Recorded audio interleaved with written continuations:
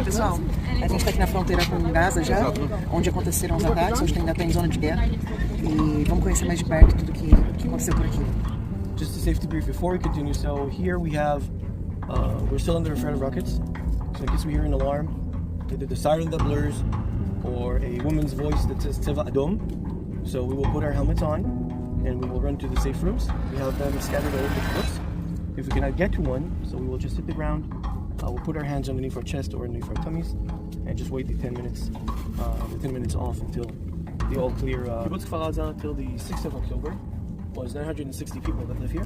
Morning of the 7th, we're talking about hundreds of terrorists that have infiltrated into the kibbutz from several locations. The aftermath of the attacks here is that 63 people were murdered, 70 people were kidnapped, and 6 were seriously injured and still are in hospitals. But here in this kibbutz, time froze and time stopped on Shabbat, 6:30 in the morning, actually 6:45, because that is when the first terrorists broke into this kibbutz. So you're going to see the kibbutz itself as if time just froze and stopped. A gente está aqui então chegando no kibbutz Kfar Aza.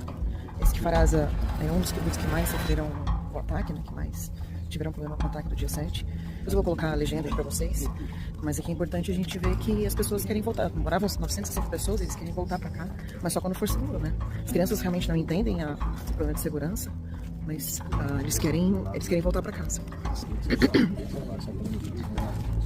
São casinhas simples, como vocês podem ver, lugar simples. Kfar Aza significa vilarejo de Gaza. Aqui a maioria das pessoas que moravam eram pessoas que com Gaza.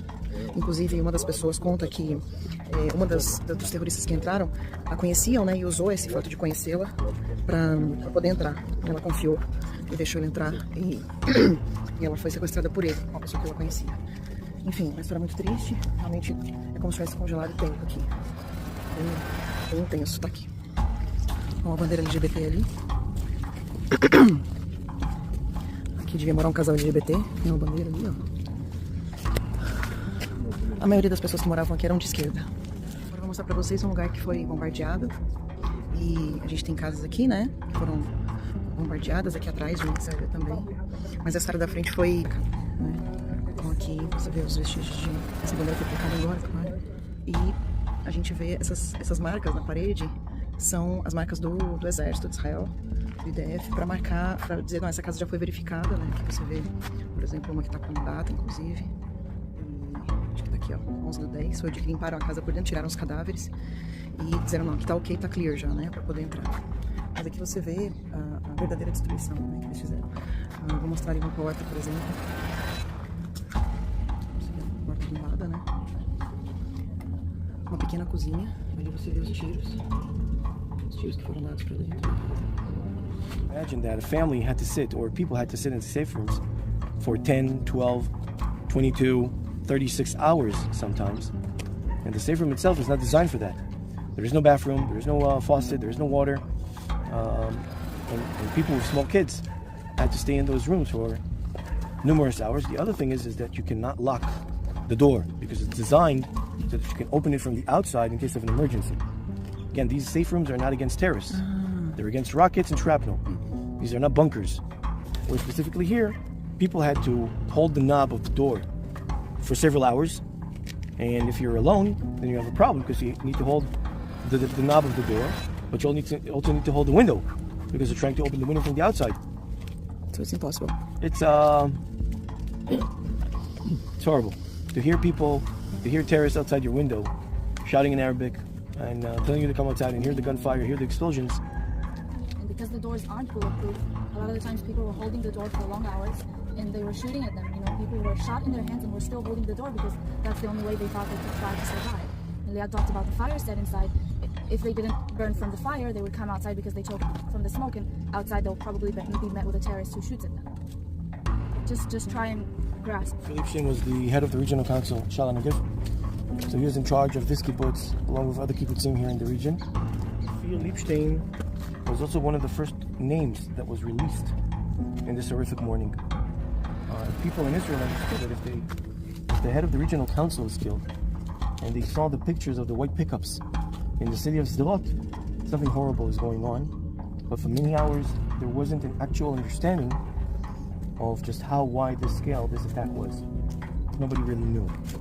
His son was the one to find his father's body, and his wife, Vered, that day, she lost her mother. Her mother lives right there, right where the White House is. That's the interception of Iron Dome. Small interceptions of Iron Dome. You can see the small. So this was a missile come from Gaza? Those are rockets that were fired from Gaza into Israel, and they were just now intercepted by Iron Dome.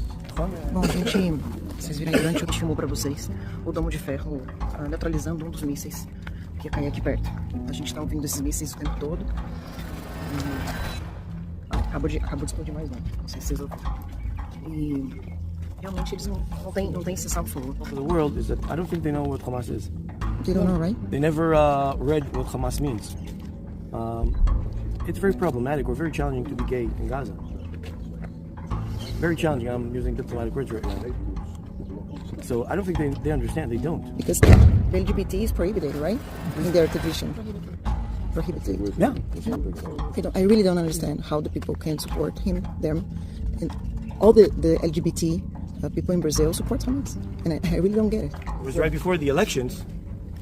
So this is... That's why you can see these posters on a lot of houses here. But he lives here or no? Yeah. Yeah? He lives here. We were just at his house. Where we stopped, that was his house. He's killed. Aquela história que ele contou agora há pouco é desse Ofir, que estava concorrendo às eleições. Mais uma bomba. Mais uma coisa queimada ali. E assim, ó, tudo destruído. The house behind me is the house of a close friend of mine. This is her childhood home. This is where she grew up. Her name is Raz. And both of her parents were murdered on that Shabbat, on that 7th of October. There is nothing left of it now, as we can see. And that's where they were murdered. We're not sure if she was shot or burned alive. We don't exactly know. It took us 3 weeks to identify the bodies. 3 weeks. News about Raz's dad came a few days before the news about her mom.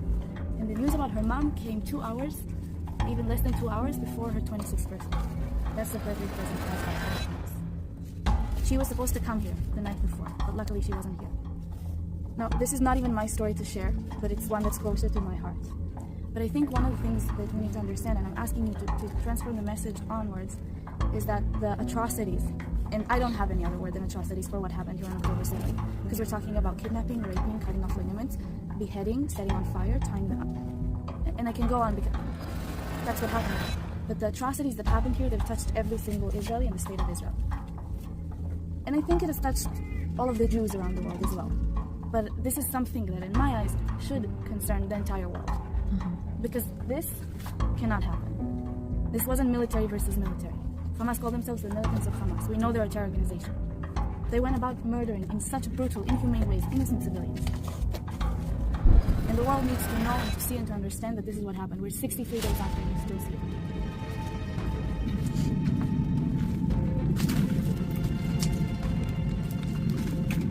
A gente precisa imaginar o seguinte, como é que as pessoas podem assistir uma coisa assim e ainda não perceber que Hamas é uma organização terrorista e ainda não apoiar Israel. Isso que aconteceu aqui pode acontecer em qualquer lugar do mundo. Não aconteceu só aqui, aconteceu primeiro aqui. É isso que as pessoas precisam entender. E a ameaça no Brasil, ela é eminente. Nós somos cristãos. Primeiro os judeus, depois os cristãos. E se os judeus não responderem à altura aqui, isso vai significar que eles venceram. Isso vai significar que eles venceram. E o Hamas vencer é exatamente a mesma coisa do que dizer pode ir em frente, pode fazer com outros países também, inclusive o nosso.